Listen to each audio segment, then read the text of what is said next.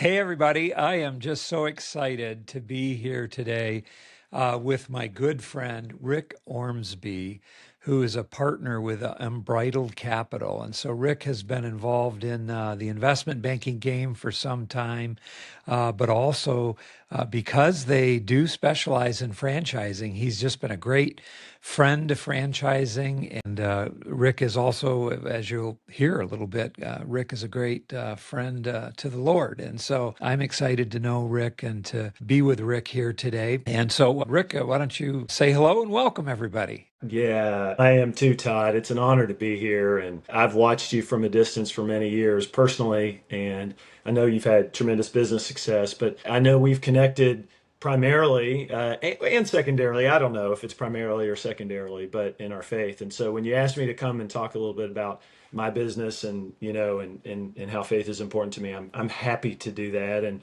honored to be here. I'm managing director at Unbridled Capital.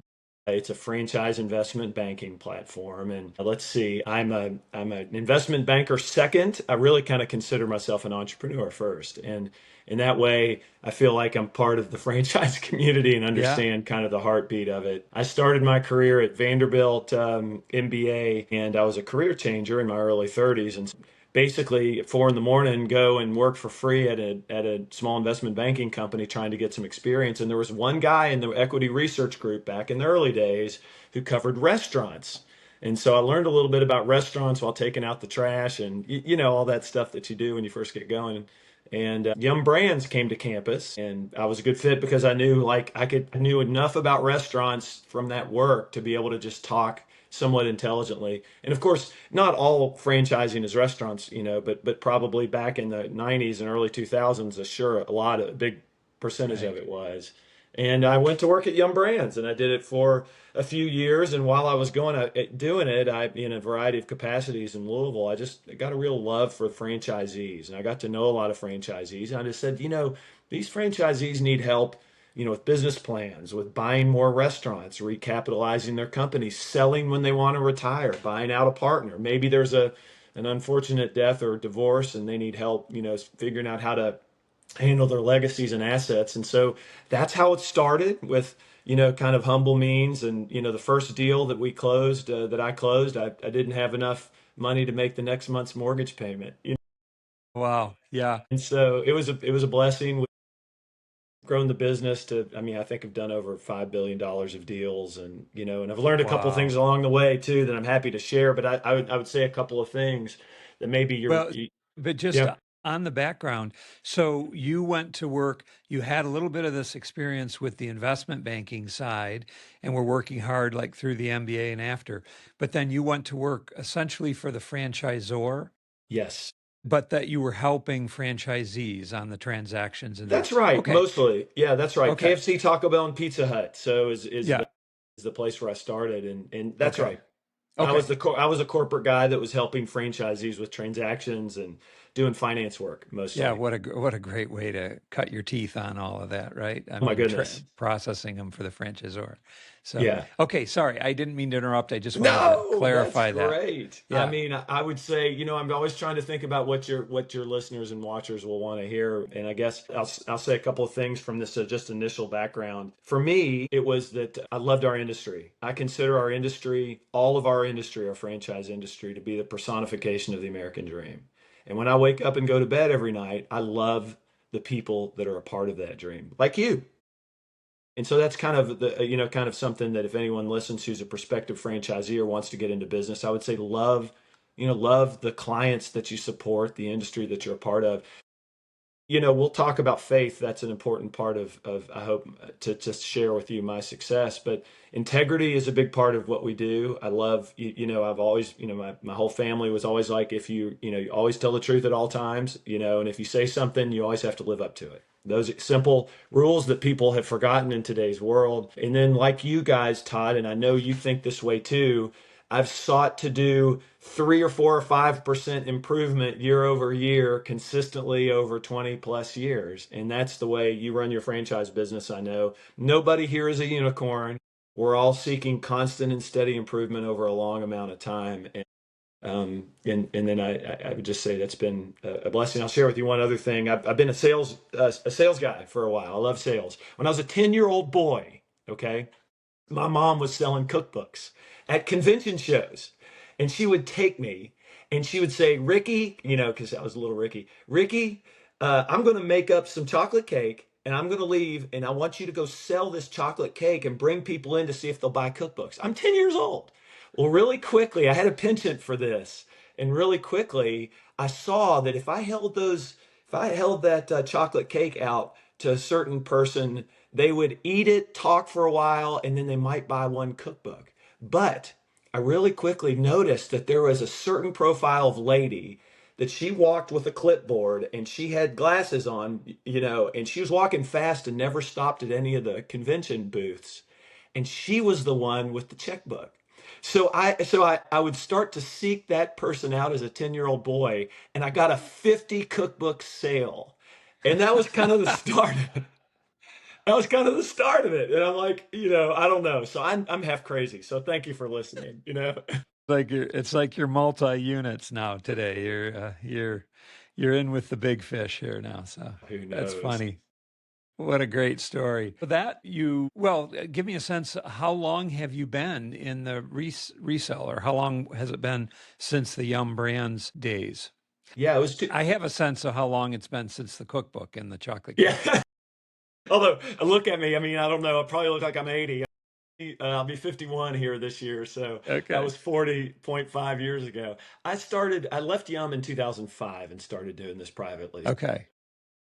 So all told, with the Yum experience, 25 years. Without the Yum experience, just in private business, 20 years, basically. I mean, I guess I'm in my Okay. 21st year or 20th year this year. Yeah. Yeah. Oh, that's great. That's So, great. And so I know when I look at your profile and some of the deals and whatnot that we've talked about and over time, you have been doing a lot of restaurants, yeah. but then you do a lot of other markets. And I know you've kind of moved into other markets. And tell us a little bit about that journey as you've grown unbridled. Yeah, no, I'm honored to do that. Thank you. I like to say that we kind of do investment banking for the world's leading brands. If I look back at our recent, history over the last 4 or 5 years as we've grown our company, and it's been a real blessing, like I said, we've probably done business in 20 or so brands. Admittedly, and for everybody in this industry, because when you were growing up in Michigan, and you're growing up, you driving down Main and Main, and you saw all the restaurant franchises back in the 60s and 70s and 80s, and that was about the only type of franchising that there was. Right. So when we started, I mean, it was natural when I went private with the service to service the KFC, Taco Bell, and Pizza Hut franchisees. And to this day, I get this, I've sold over 70 Taco Bell companies for Wow. franchisees and Wow. representing, I'm sure, thousands of restaurants. Same with Pizza Hut and KFC. But you start doing the right thing, and you start networking and communicating, and people refer you and things like this. And so we started doing other restaurant brands, not Yum. And then in recent years, we've gotten involved with franchisors and with health and wellness and fitness brands and some service brands too. It's a growing part of what we do and a natural part of what we do. And what I want our company to do more of. And we're just kind of like in the second or third inning of that journey. But I'll give you a couple of examples that you guys might sink some teeth into kind of what we do. And I just listened to them here. I was thinking about them. One would be, I'll tell you the first deal that I closed when I didn't have enough money to pay the next month's mortgage. It was a 4-unit Taco Bell franchisee in Manhattan, Kansas. And it was a mom and dad team who had taken out an advertisement in a newspaper. They were door-to-door vacuum cleaner salesmen, and they took out an advertisement. They saw Taco Bell. They called, and Taco Bell granted them one franchise location in the middle of nowhere in Kansas, and they grew it to four units, mom and pop, and they retired and ready to retire. And that was the first deal. We've recently taken a publicly in the last several years a publicly traded firm in New Zealand and Australia, and had them acquire a massive KFC business on the West Coast. We've helped Papa John's corporate and Papa Murphy's sell corporate markets. We've jumped into the European Wax Center business and sold some businesses there. We've worked a little bit with Planet Fitness and some other brands too.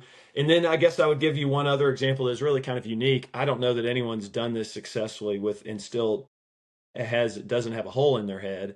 But a couple of years ago, we pooled together four Moe's burrito franchisees in the Southeast, four different guys, and did a simultaneous close and sold it to a private equity group. And that was like shepherding cats, I must Yeah. say.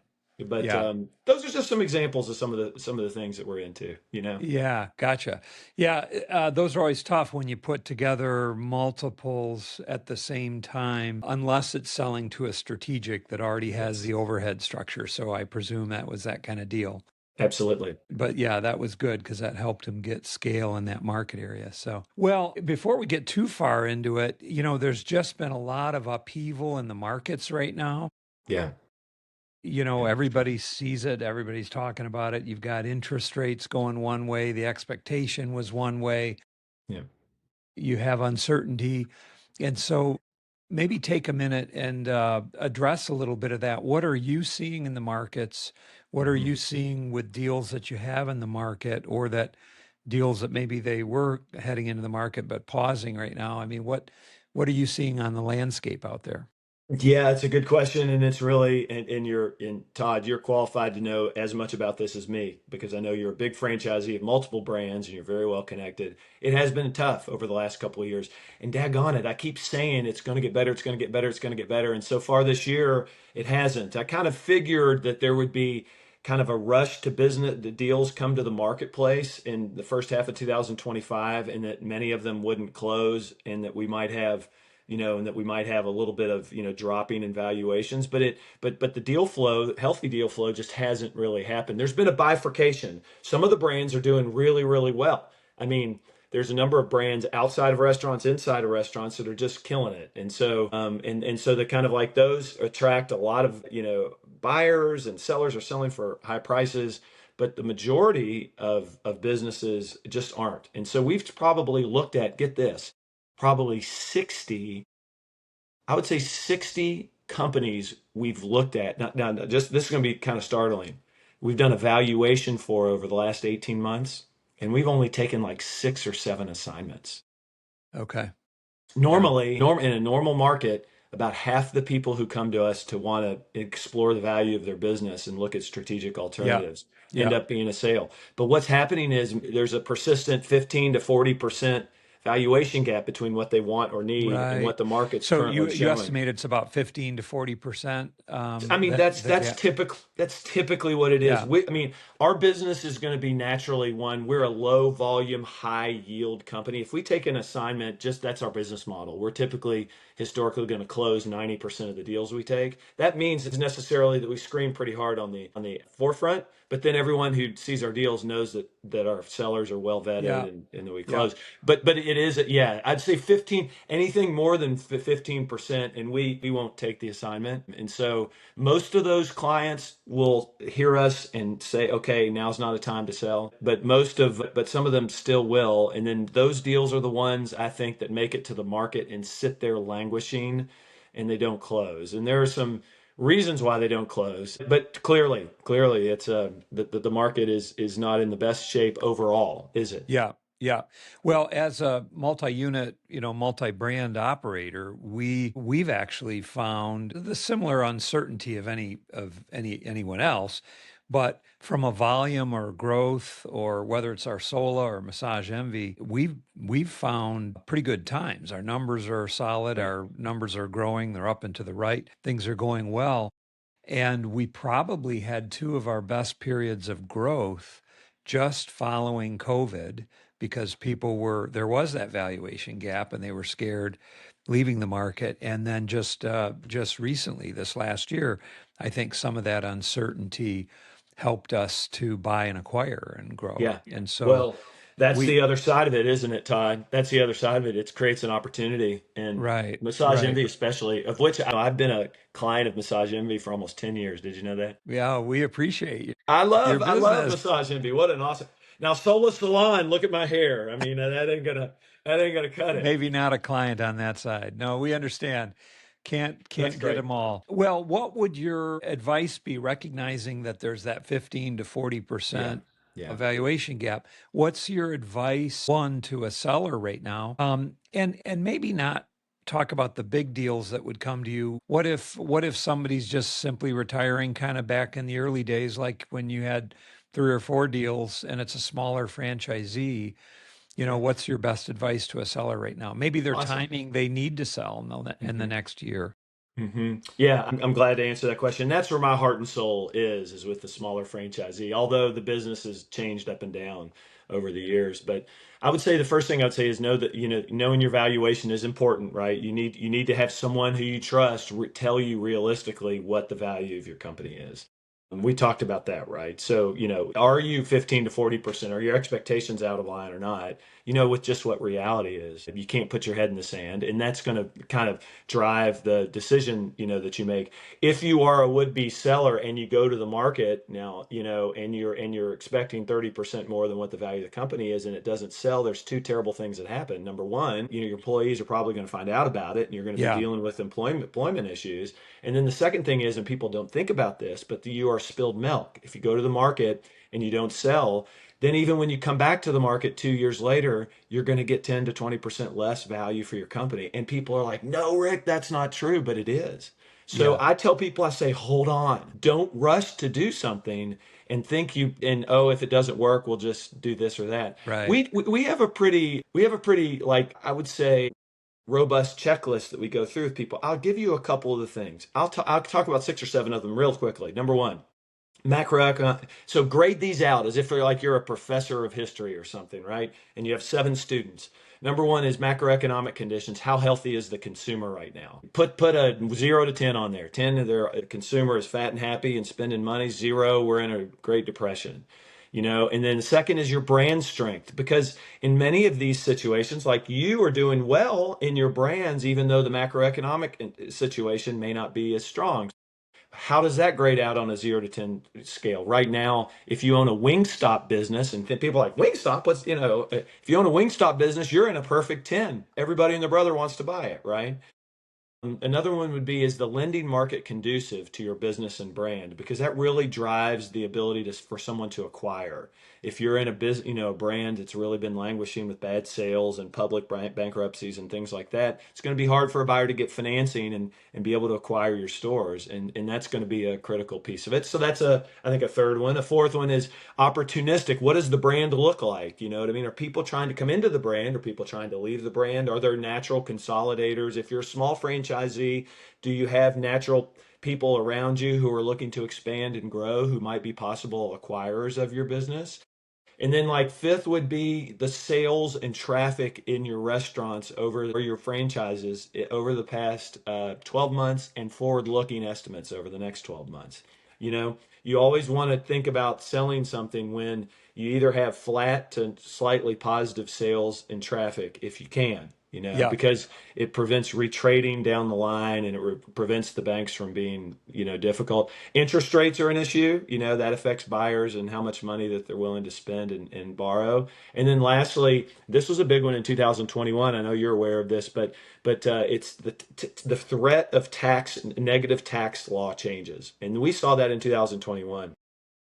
If a seller feels like that they might have to pay more in taxes in the upcoming, that'll be a real quick Yeah. motivator to cause them to sell now. We don't Yeah. have that environment right now, I don't believe, but that was a huge component with our last Yeah. administration. Well, we certainly could have it if we didn't have if the tax laws that are currently in place sunset, if Yes, Congress isn't able to renew those or make them permanent, then all of a sudden it's going to be a different game for the rest of 25.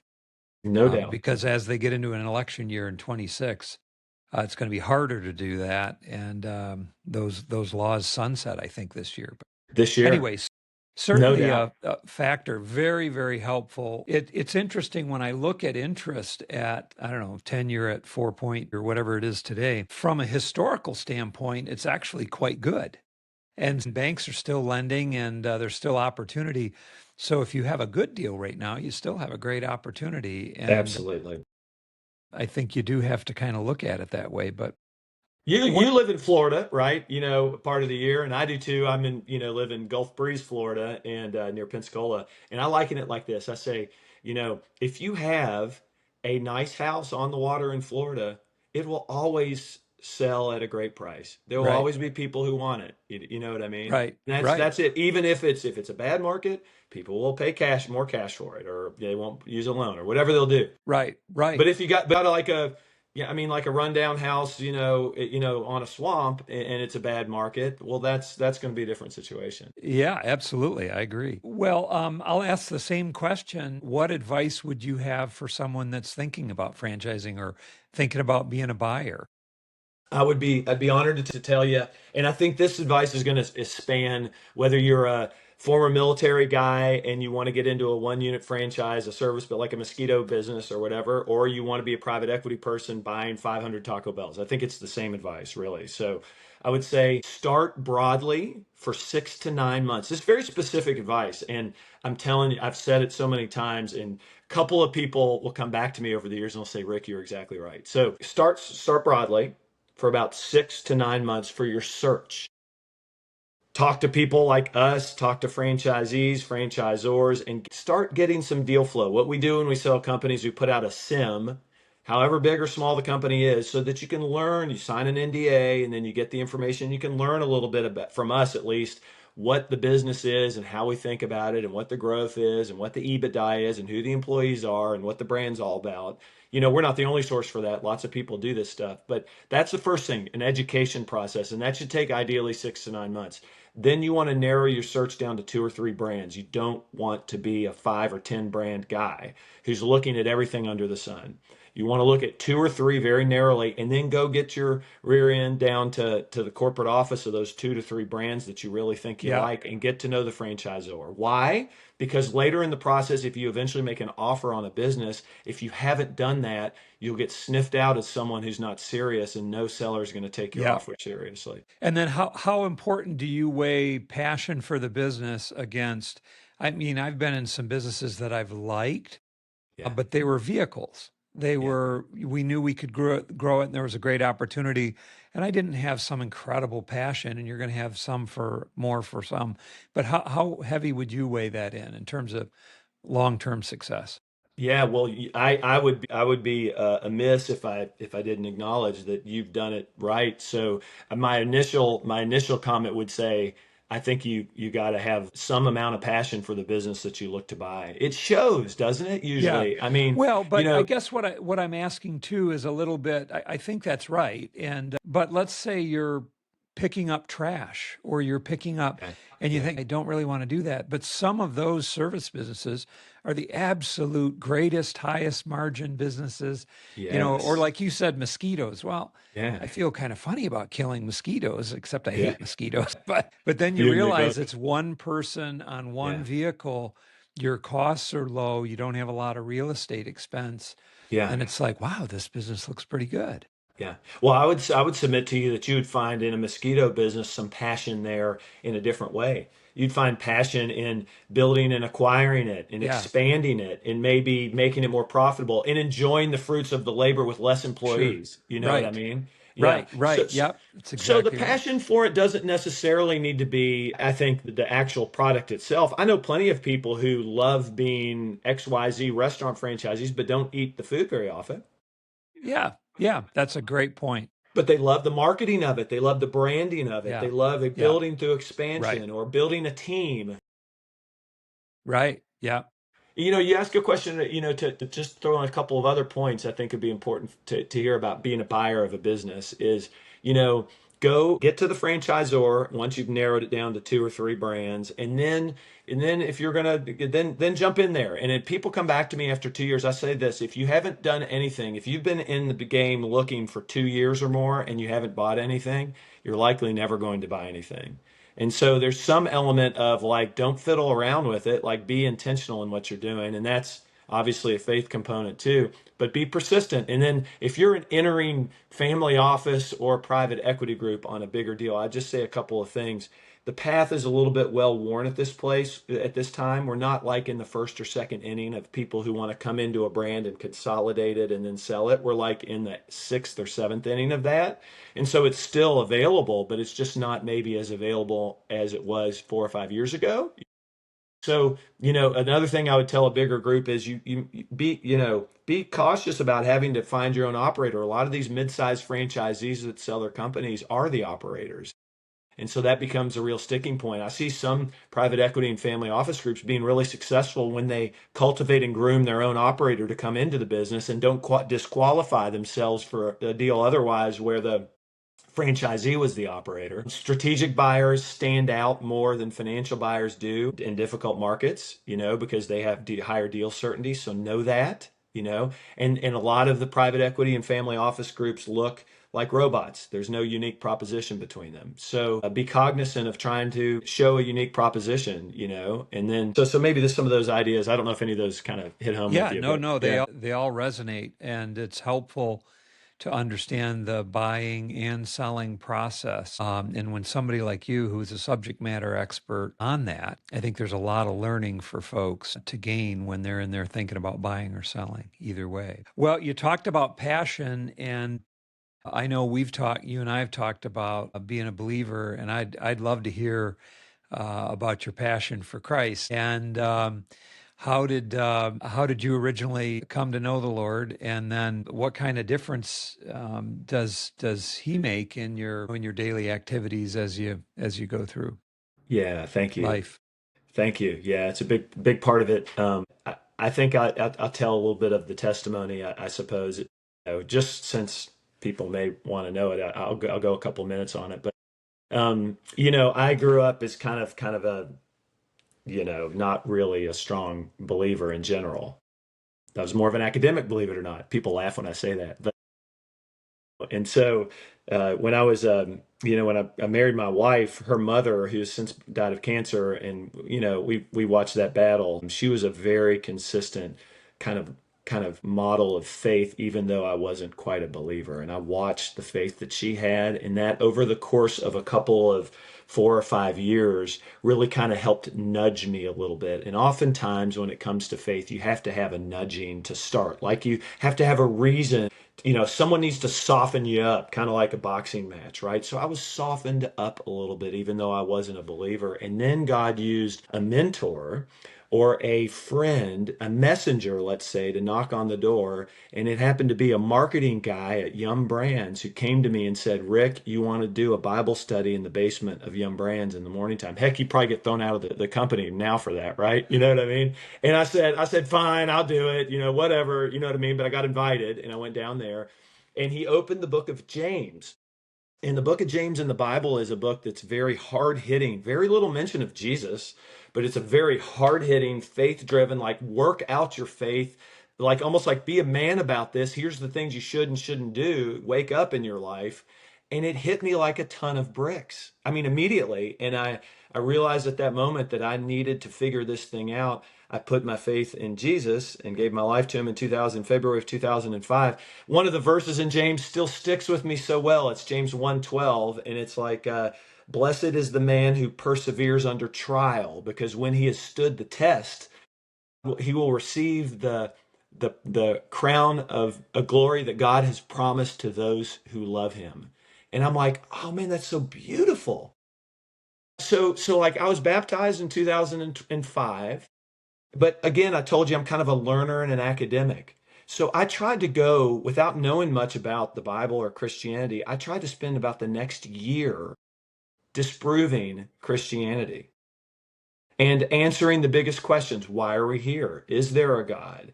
Why is there so much pain and suffering in this world if there is a God? Was Jesus a real person? Did what he do really make sense? And it took me on a study of world religions, of different philosophies, answering these biggest questions. And I came down to 4 or 5 things. I found, in the 1950s, there was a little boy who took a rock and threw it in a cave in Qumran, Israel, and it hit a pot, and he heard a smash. And he goes into this cave and he finds the Dead Sea Scrolls. And the Dead Sea Scrolls, and they unroll them, they carbon test them to like between 400 and 700 BC. and they are almost exactly word for word, the same words as we have in our modern day Old Testament of the Bible. And you say, why is that a big deal? Well, the Old Testament of the Bible has over 300 messianic prophecies forecasting the coming of Jesus Christ, Right. many of them very, very specific. So I am convinced without a reasonable doubt that the Old Testament was written way before Jesus' time. So then I say, I'm studying the messianic prophecies, and they pointed to Jesus Christ. That was one. The second thing is the life and death of the apostles was just miraculous. These guys lived 3 years with Jesus Christ. They died of separate circumstances in different places under different torture, and there's not one story of them saying that the story was false.